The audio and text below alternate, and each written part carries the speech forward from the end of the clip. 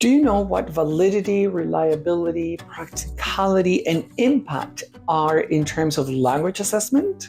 Can you think of examples for these? Would you like to know more about language assessment so you have the basics covered? If you're nodding right now, keep watching. Hello and welcome to my YouTube channel, Learning Together with Robert. If this is your first time visiting me, thank you for being here. And if you're back, thank you very much for your support, because without you, this wouldn't make any sense. If you haven't subscribed, why not do it now and give us a like? Those of you who have been here already, you can fast forward to the main part of the video. I just want to say hello to my new visitors. I'm Robert Martinez, and I've been an English language teacher since 1994 and a teacher educator and language assessment specialist for almost 20 years now. It's been an incredible journey, having lived and worked in 9 different countries. I'm a self-taught tutor and assessor, online moderator, a full-time director of studies, and a tutor on the IHCYLT course, teaching English to young learners and teenagers, and I enjoy being in the classroom both face-to-face and online. If you want to know more about my professional background, experience, and qualifications, I've put a link to my LinkedIn profile and a link to a video cartoon version of my CV to jazz things up in the description box below, so feel free to check them out. Hi everyone, today we're diving into the world of language assessment. We'll explore what language assessment is and the key principles that underpin it: validity, reliability, practicality, and impact. Language assessment is essential in evaluating how well students are learning a language, guiding teaching methods, and improving educational outcomes. We'll also clarify the differences between testing, evaluation, and assessment. By the end of this video, you'll have a clear understanding of these concepts and some practical tips for applying them in your classroom. So let's get started on this journey to make language learning assessments more effective. In today's video, we'll talk about Principle 1, validity. What is it really? Stop the video and think about it for a minute to check what you already know about it.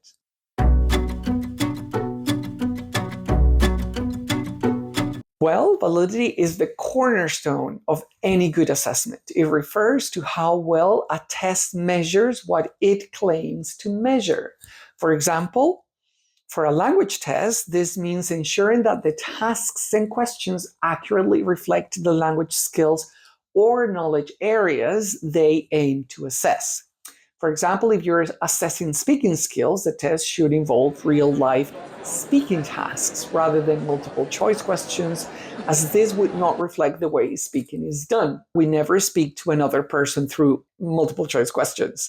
This is a rather extreme case, but I think it helps make the point that is assessing speaking skills, then the only way to do it in a valid way is through tasks which require students to use the language through speaking tasks that naturally and realistically require them to speak to communicate with others. Now, there are different types of validity to consider. Content validity: does the test cover all the relevant areas?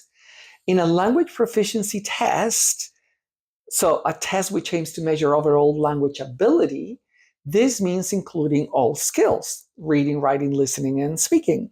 And more specifically, this means that reading should include passages of varying lengths and genres, followed by comprehension questions.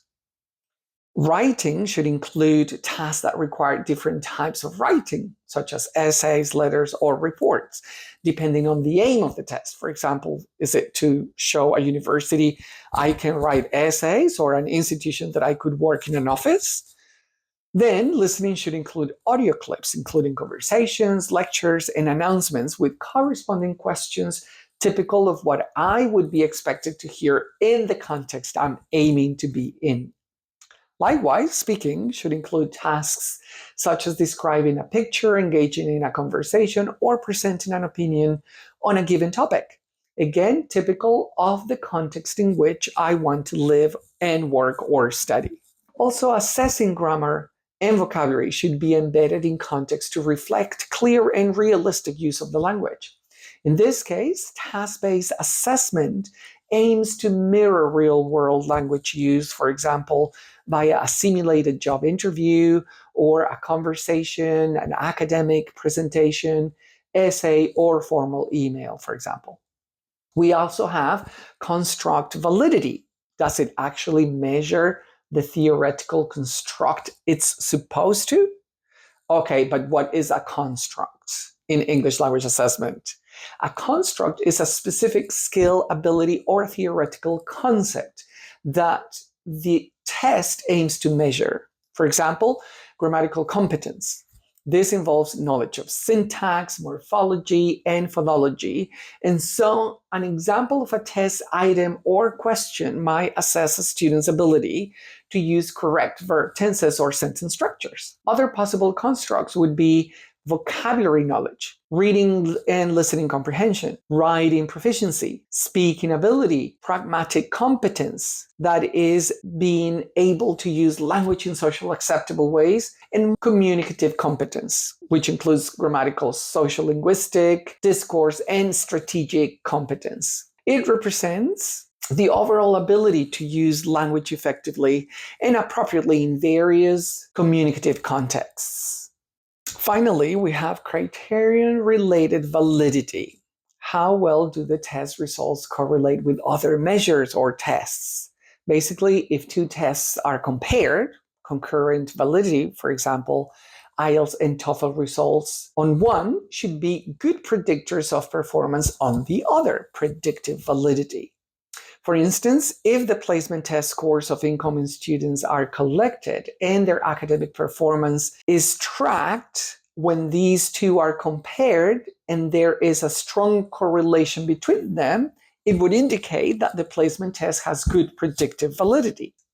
Ensuring validity helps us make fair, accurate decisions about our students' language proficiency. In a final practical example, imagine you want to see how well your friend can play basketball. If you just ask them questions about basketball rules, you're not really seeing how well they can play.